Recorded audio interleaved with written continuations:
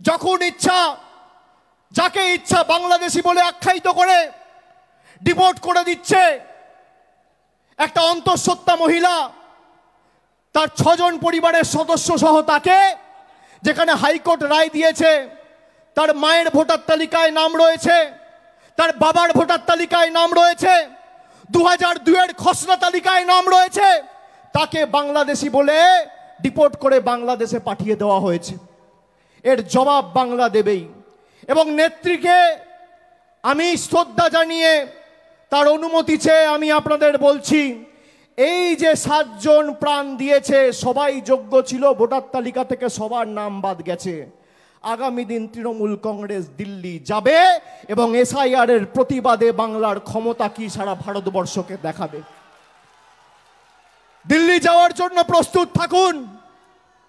আগে যখন মানুষ ভোট দিত, মানুষ ভোট দিয়ে সরকার নির্বাচিত করত, আর প্রধানমন্ত্রী নরেন্দ্র মোদীর সরকার এখন পছন্দের ভোটার বেছে নিচ্ছে। আপনি ভাবুন, মানুষ বাঁচত সরকার, আর আজকে সরকার বাঁচছে ভোটার।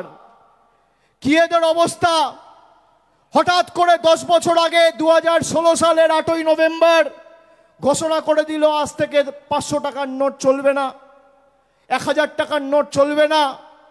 হঠাৎ ঘোষণা করে দিচ্ছে আধারের কোনো দাম বা মূল্য নেই। হঠাৎ বলে দিচ্ছে ভোটার আইডি কার্ড ভ্যালিড নয়। হঠাৎ বলে দিচ্ছে রেশন কার্ডের কোনো ভ্যালিডিটি নেই। গত পরশুদিন অমিত শাহ একটা সাক্ষাৎকারে বলেছে, যারা ভারতবর্ষে জন্মায়নি তাদের ভারতে ভোটাধিকার প্রয়োগ করার অধিকার নেই। আমি অমিত শাহকে জিজ্ঞেস করতে চাই, আপনি যদি দম থাকে তাহলে আপনি প্রকাশ্যে এসে বলুন যে আপনি বলতে চেয়েছেন লালকৃষ্ণ আদবানি ভোট দিতে পারবে না। তার কারণ লালকৃষ্ণ আদবানির জন্ম হয়েছিল করাচিতে। এই যে মতুয়া ভাইয়েরা বসে আছে যারা ওপার বাংলা থেকে এসছে, বিজেপি এদের জন্য এখন নাটক করে ক্যাম্প খুলেছে। একজনকেও নাগরিকত্ব দেয়নি। আর আমি বলি শুনুন, মতুয়া ভাইয়েরা, রাজবংশী ভাইয়েরা, এদের ফাঁদে পা দেবেন না।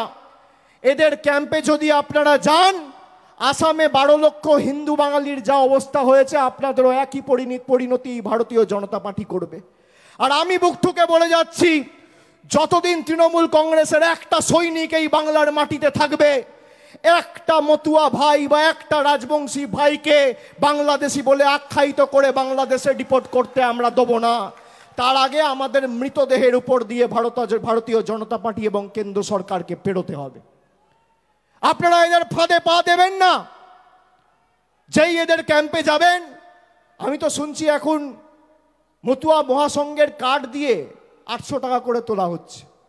এই হচ্ছে বিজেপি। আপনার আবেগ নিয়ে যারা ছেলে খেলা করে, ধর্মের নামে যারা রাজনীতি করে, যারা বাংলায় ধর্মের নামে বিভাজন করে, বাংলাকে অনুতপ্ত করার ষড়যন্ত্র চক্রান্ত বছরের পর বছর এরা করেছিল, এদের ষড়যন্ত্রের আগুনে বাংলার 10 কোটি মানুষ ঐক্যের প্রদীপ জ্বালিয়ে বাংলার সাম্প্রদায়িক সম্প্রীতি কাকে বলে তুলে ধরে বাংলার ভালোবাসা, সংস্কৃতি, ঐতিহ্যকে অক্ষুণ্ণ রেখেছে। আমি বাংলার 10 কোটি মানুষকে কৃতজ্ঞতা জানাই, প্রণাম জানাই। হট করে এসআইআর ঘোষণা করে দিতে হবে, তার কারণ বিজেপি বাংলায় 2021-এও হেরেছে, 16-তেও হেরেছে, 19-এও হেরেছে, 24-এও হেরেছে। আমি আপনাদের কথা দিচ্ছি, আপনারা হাত তুলে বলুন সবাই দিল্লি যাওয়ার জন্য প্রস্তুত। সবাই হাত তুলে বলুন আমার মতুয়া ভাইয়েরা দিল্লি যাবেন, যাবেন। সবাই দিল্লি যাওয়ার জন্য প্রস্তুত, হাত তুলুন। বাংলার ক্ষমতা কি আমরা দেখাবো, বাংলার ক্ষমতা কি আমরা দেখাবো। দিল্লি যাওয়ার জন্য প্রস্তুত, বিজেপিকে জবাব দেওয়ার জন্য প্রস্তুত, জনগর্জন কাকে বলে ভারতীয় জনতা পার্টিকে শিক্ষা দেওয়ার জন্য প্রস্তুত। আমাদের কাছে যারা কাগজ চাইছে, তাদের বাবা ঠাকুরদার কাগজ নিয়ে এসে আগে বাংলার মানুষকে দেখাও, তারপর কাগজ চাওয়ার কথা বলো। এই মাটি ততটাই আমার যতটা তোমার। এ মাটি ততটাই একটা সংখ্যালঘু সম্প্রদায়ের মুসলমান ভাইয়ের যতটা একটা হিন্দু ভাইয়ের।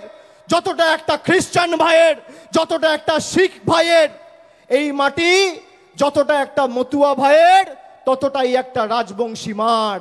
এই মাটি যতটা আমার, এই মাটি ততটা তোমার। বৈচিত্র্যের মধ্যে একতাই আমাদের মূল মন্ত্র। নানা ভাষা, নানা মত, নানা পরিধান, বিবিধের মাঝে দেখো মিলন মহান।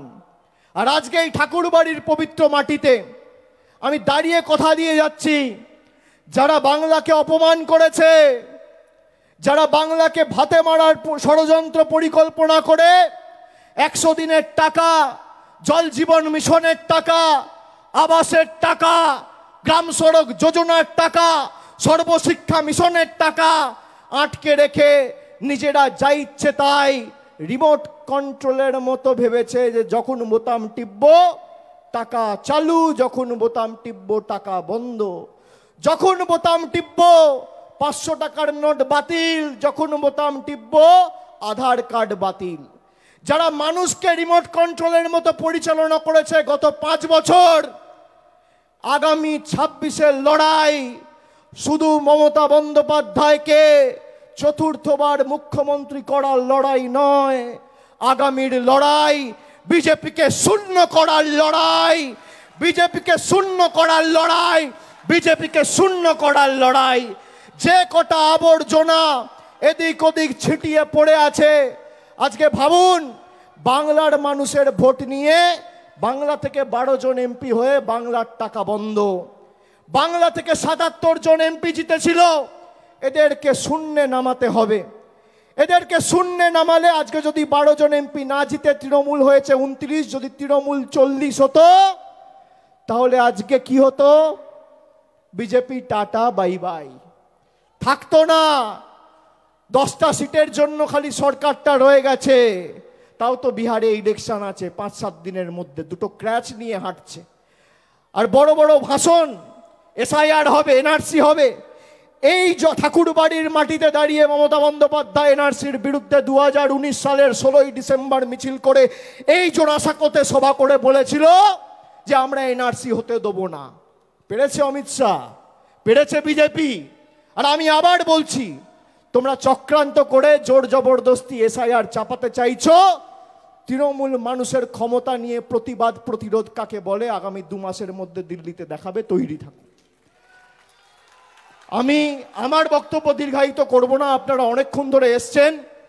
আমরা সবাই আমাদের নেতৃত্ব থেকে তার বক্তব্য শুনব, তার কথা শোনার জন্য আমরা এসছি। এবং আগামী দিন যতদিন এই প্রক্রিয়া চলছে, ভোটার লিস্টের কাজ, আমি সকলকে অনুরোধ